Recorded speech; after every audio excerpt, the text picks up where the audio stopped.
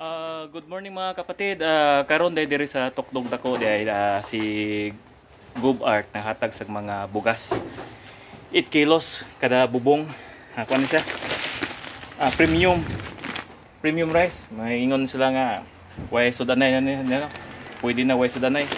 Kunya aside sa bugas nga ipanghatag ni Gub Art, naghatag po siya og buhol card kanang contact tracer card ni siya nya.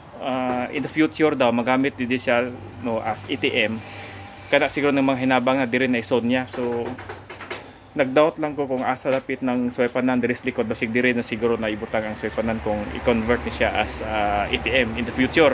So may plano nila kay plano nila nga diri sa Bohol magbutang sila og kanang machine ba nga i-scan na may barcode ani i-scan na ni siya sa kung in kaso na nagpositive, so dali ra contact trace nila.